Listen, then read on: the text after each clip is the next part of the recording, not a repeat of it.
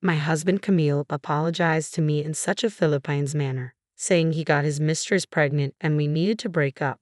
I was dumbfounded, and my affection for him ran out 6 months ago. Is the mistress someone I know? I asked. Yeah, it's Kyra. Remember meeting her again at Alice's wedding reception. Since then, my husband seemed completely unashamed. Alice's wedding was the year before last, so you've been cheating for over a year. Alice was a college classmate, and Kyra was a junior 2 years behind me. She was in the same research group as Alice, and we played tennis together in college, so I remember her well. She was nicknamed Little Devil behind her back and was quite famous in a way. Huh.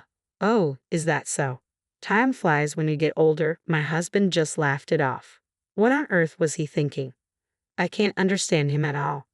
I'm Viola, 30 years old. I met my husband in the college tennis club despite him being 5 years older at 35. He often showed up as an alumnus who loved happy hours, had lots of friends, and was friendly with everyone. He took great care of freshmen and was kind, but I later realized it was limited to girls after we started dating.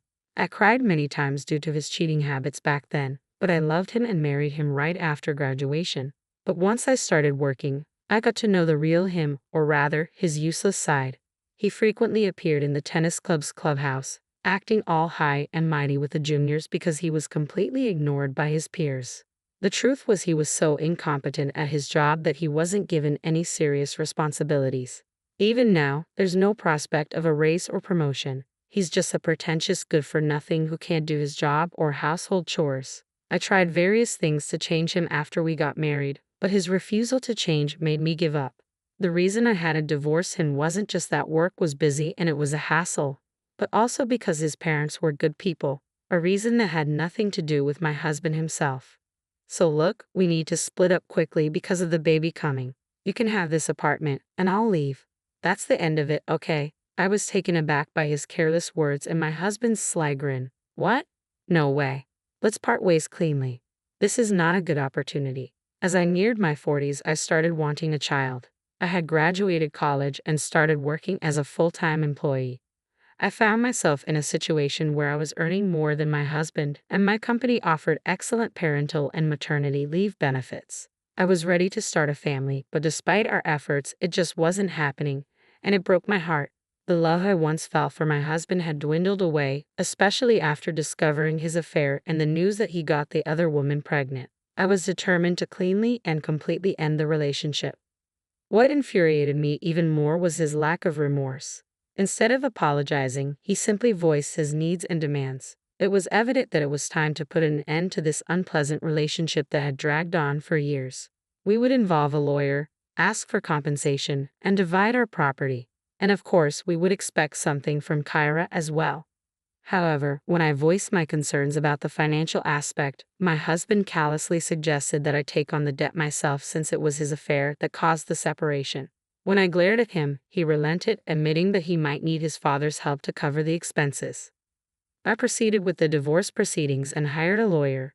Despite multiple calls from my in-laws pleading with me to reconsider, I remained steadfast in my decision. Even my father-in-law broke down in tears, acknowledging that if I left, it would spell the end for him. My mother-in-law begged me to reconsider, expressing her love for me like her own daughter. But even they understood once I laid bare the truth about my husband's constant infidelity and laziness.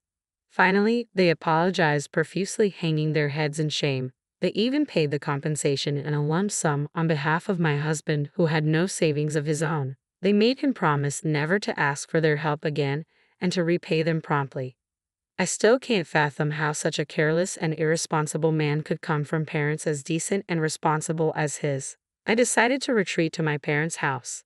The divorce proceedings, which I had anticipated as a hassle, wrapped up faster than I expected. Returning to my recently relocated family home, 6 months flew by. I found myself consumed by work on weekdays and occupied with household chores on weekends, leaving little room to dwell on my ex-husband. Then, out of the blue, my best friend Alice called, seething with anger from the moment she started speaking. Viola, did you know your ex-husband Camille and Kyra? They're living it up in a new high-rise apartment, flaunting their wealth everywhere. Kyra even had the audacity to invite me to her baby shower party. The presents alone cost over $100, and there's a $100 participation fee. It's outrageous, isn't it? She exclaimed. I was taken aback by the news. I hadn't realized that Kyra had given birth, let alone why she would reach out to Alice. Both my ex-husband and Kyra were well aware that Alice was my best friend. Why would Kyra even extend an invitation to her, knowing Alice would undoubtedly relay everything to me? When I tentatively mentioned this to Alice, her anger escalated even further. She did it deliberately, Viola. Deliberately. That awful woman had the nerve to tell me she's so happy now, thanks to Viola breaking up with Camille. Can you believe her audacity? She's the worst kind of person. I want to put her in her place somehow. Alice raged. That nickname from our college days resurfaced in my mind. Kara was always known as the little devil, stirring up trouble among seemingly happy couples. Even when relationships were strained because of her involvement, she remained composed, wearing a facade of innocence. If a couple splits up just because someone else shows interest, it wasn't true love to begin with, right? They would have broken up eventually anyway, so what's the harm? She'd say, her words dripping with sugary sweetness, all the while smirking knowingly. I felt a pang of pity for Kyra, realizing she might never have experienced genuine love. Despite this, I knew better than to involve myself with her, so I made the conscious decision to keep my distance, at least for the time being. Kara didn't matter much to me. There was something else that demanded my attention. Alice. There's only one newly constructed high-rise apartment building, right? Have you heard anything about them moving in? I asked Alice, seeking any information she might have. I've never met them, Alice quickly replied, but apparently it was very recent. They'd been boasting about securing a spot. Fortunately, someone who had bought one of the units had to relocate for work and put it back on the market without moving in. Ah, it makes sense, I nodded, processing the information. So, your moving day is Sunday, right? The baby shower party is on Saturday. You'll only need to be cautious for one day. There are multiple elevators, and they might use different entrances. You're right, we haven't crossed paths so far, so it should be fine. Alice concurred. We live together, but unexpected situations can still arise. As fate would have it, an unexpected situation did indeed unfold on Saturday. While waiting for the elevator on the first floor, I found myself face to face with my ex-husband and Kyra as they stepped out of the elevator. Hey, Viola, what are you doing here? My ex-husband spoke first, with Kyra chiming in. Viola, are you here to celebrate with us? You must be eager to see our adorable baby, aren't you? Kyra's voice was cheerful, her smile radiant, but her eyes betrayed a different story. They held no hint of amusement. What? Seriously, did you come to crash the party without an invitation? My ex-husband interjected, his tone incredulous. To scope out the high-rise apartment or catch a glimpse of our little prince. The casual reference to the baby as both baby and prince grated on my nerves. That's not it, I retorted coolly. I was just waiting for the elevator. I responded, consciously switching to a polite tone midway through the conversation. Camille was now my ex, essentially a stranger, and I didn't want to create a scene. Ha, so you're planning to visit my house after all? Camille remarked with a hint of amusement. You're so silly, Viola. Stop being stubborn. Perhaps you're just envious of our luxurious high-rise apartment and our adorable little prince. Do you still harbor feelings for me? Are you feeling lonely and longing to see me again? Camille, that's not acceptable, I interjected firmly. Regardless of any lingering emotions you think I may have, you're now married to Kyra. It's inappropriate for me to barge into your home uninvited. And as for jealousy, Kyra, you're mistaken. But I appreciate your concern. Camille continued, dismissing my words. Sorry, Viola, but Kyra and our son are our top priorities now. You're not welcome here. As I listened to their conversation, I couldn't help but feel perplexed. It had been 6 months since I last saw my ex-husband, and yet his mindset remained as irrational as ever. Kara's attitude was equally baffling. It dawned on me that my cheating ex-husband and his new partner were a perfect match in their own peculiar way. Reflecting on it, I regretted wasting my precious 20s on Camille.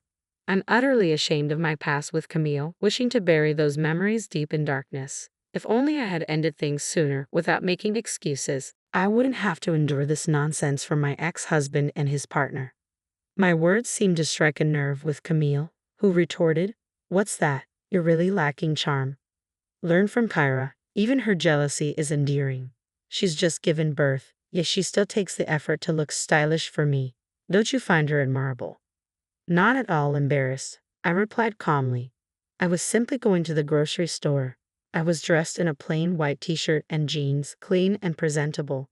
That's the problem. I grew tired of your simplicity. Camille snapped. Enough already. We have nothing to do with each other. Just go home. Annoyed by his dismissive tone, I retorted, actually, this is my home. Seeing their disbelief, I had to explain. I've been living with my parents in this high-rise apartment for 6 months now. My father was approached by salespeople when talks of selling the land he owns arose. They suggested that living in a high-rise would be more convenient, especially as he's getting older. While it's not entirely our land, we received a substantial sum from selling it. During negotiations, we were able to move into one of the higher floors for much less than market value. Camille was taken aback. You're landowners with that much money.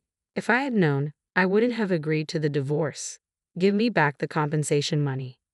There's no need for a property settlement, I replied firmly. The compensation was a result of your affair, and the property settlement was a matter between us as a married couple. As I spoke, I noticed Kyra mumbling to herself, her silence speaking volumes. I caught it. I can't believe Viola is living in a high-rise. I thought I had totally won, Kyra exclaimed, shooting me a glare. But Viola, you don't have a baby or a loving partner, do you? I haven't lost yet. Look, Kyra, I was never competing with you, I replied calmly. In fact, I'm thankful to you for giving me the opportunity to break up with Camille. Oh, and I'm moving out of my house tomorrow, so I don't think we'll see each other again. What? Why? You just moved into a high-rise, they both exclaimed in surprise.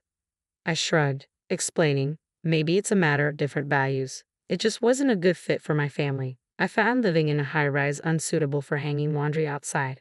There are no balconies on the higher floors for safety, and only some windows can be opened. It wasn't suitable for my mother and me, who preferred drying laundry and bedding in natural sunlight and wind without using a dryer. Plus, the intense sunlight made it too hot even with the air conditioning on. The building also shakes quite a bit during even a magnitude 3 earthquake. It's designed to sway to prevent collapse, and the higher floors shake more. It was terrifying. Most stressful of all was the daily elevator ride. It gets crowded during the morning commute, and it takes time since it stops on each floor.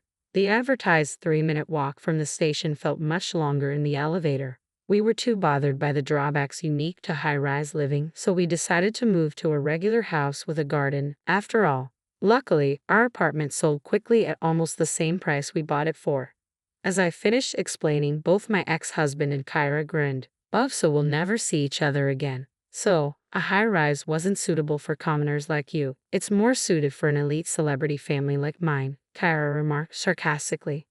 I couldn't comprehend how he arrived at that conclusion, but one thing became abundantly clear. What I grew to despise and ultimately gave up on was that facet of you, pretentiousness without substance, and unwillingness to change or exert any effort. I reached my breaking point with you, but it's all right now. You're beyond repair, so goodbye, I repeated, echoing my ex-husband's own words back to him. Stepping into the just-arrived elevator, I glanced at Kyra, who was glaring at both my astonished ex-husband and me. Right before the doors closed, I added one final remark. By the way, are you sure the child is truly yours? My ex-husband looked utterly perplexed, prompting me to clarify. I mean exactly what I said, right, Kyra? You understand what I'm implying, don't you? As the doors closed, I didn't know what transpired next in reality. However, during our struggle to conceive, I underwent tests at the gynecologist's, which revealed no issues on my end. I began to suspect the problem might lie with my husband, but he adamantly refused to get tested. Hence, I delivered that incendiary parting shot. Later, I heard from a mutual friend who attended Kyra's baby shower. Despite boasting about their high-rise lifestyle, my ex-husband and Kyra were residing on the 3rd floor. Additionally, despite their extravagant demands for gifts and participation fees, only cheap snacks from the grocery store were served. When a friend voiced a soft complaint, Kara reportedly exploded, demanding gratitude for the chance to see her baby up close and insisting on payment. This sparked a heated argument between my ex-husband and Kyra, leaving their gathering in disarray. Thanks in part to my earlier cryptic remark, it was revealed that my ex-husband and Kyra had moved into a high-rise but were struggling financially, attempting to swindle money from their friends through fabricated reasons. Their deceit caused outrage among their friends, who promptly left. Meanwhile, my family and I settled into a single-family home with a garden, where I recently welcomed an adorable kitten. Our former high-rise was embroiled in controversy due to significant defects and illegal construction methods, making it unsellable. Reflecting on our situation, we realized we were unexpectedly fortunate. Now, I find solace in my severed ties with my ex-husband and cherish the tranquility of my peaceful days. As I hang the laundry on a sunny afternoon, my kitten sometimes curls up on the clothes, its adorable sleeping face bringing me a sense of contentment. Today, like many others, was a good day.